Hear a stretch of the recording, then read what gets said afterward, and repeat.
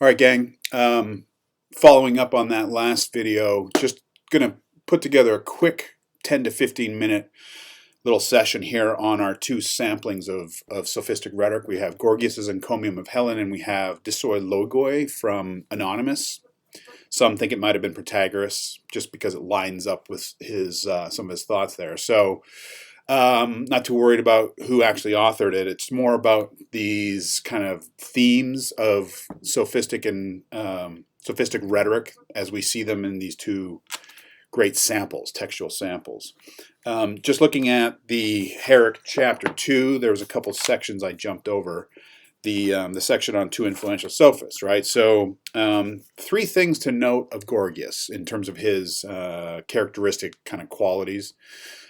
One, skeptical philosopher. So there's this 1, 2, 3 listing in my section here.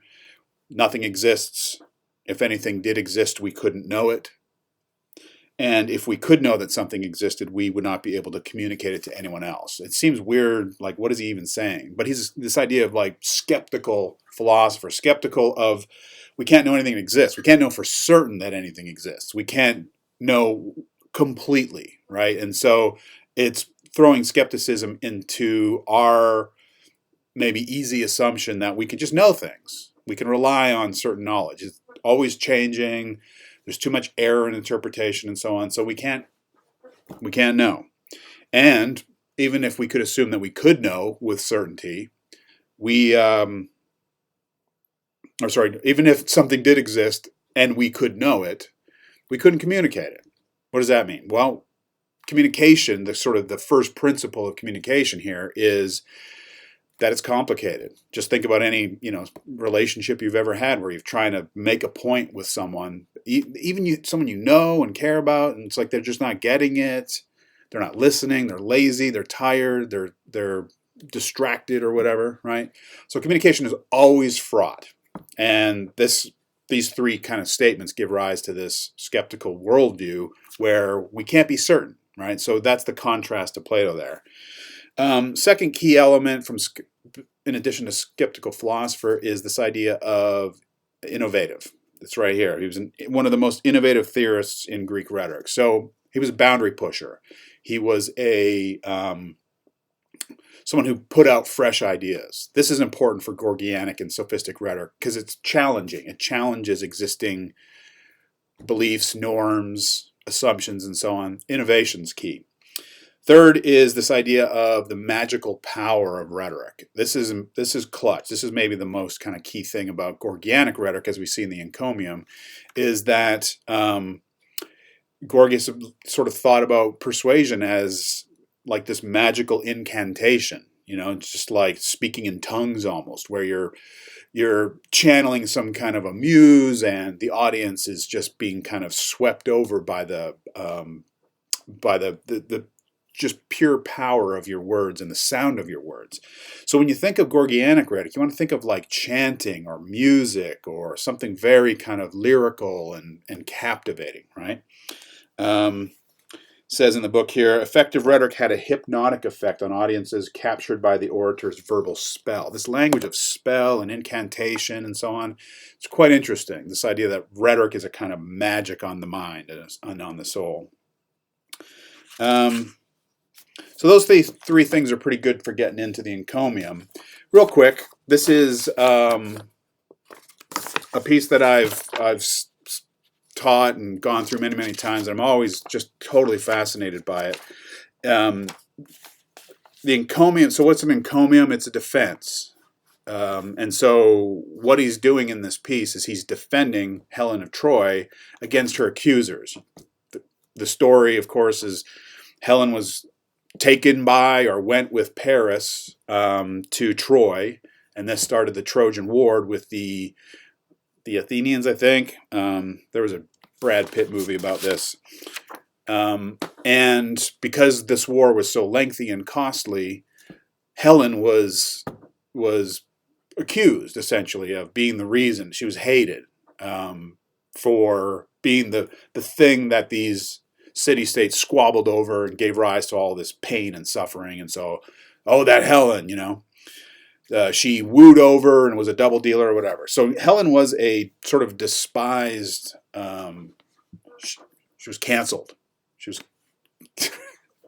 she was a sort of a contaminated, polluted figure, right? So what Gorgias is doing here, I tend to think of this essay not as like, or not as essay, as like a speech. It's not something that was actually performed in like a court or anything. I see it as more of like a kind of a brochure or pamphlet. Like, here's what you could do if you come to my academy. It's very performative. It's very kind of textbooky in terms of all these different qualities of speech making. It's very high technical skill here, right? So what he's doing, I think, is he's just setting himself a challenge. Imagine if you were asked to make an argument defending O.J. Simpson, or try to think of, like, someone Bill Cosby, defend Bill Cosby, Holy cow, right? So he's setting himself up this really steep challenge. Why? Because that's what the Gorgianic model is all about, is the ability to make an argument on anything. That's the idea of contingencies, right? It's like, I can say this, I can say this. It doesn't matter. You give me a topic and I'll give you a speech. All right, so Tom Conley noted when I took this classes with him that this is a paradoxical encomium, in the sense that he's defending someone who was more or less loathed by the rest of society, right? So what he's doing is he's actually defending the defenseless, and he's going after her accusers. So he's setting himself up quite the challenge here. And we could look at this quite deep in terms of stylistic choices. There's lots going on here.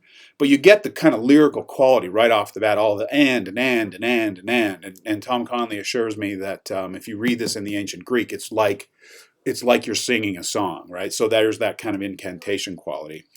The argument is pretty simple. Helen might have gone with Paris, but she cannot be blamed. There's 4 reasons that she might have gone with Paris. And if any one of these reasons is true, she's innocent.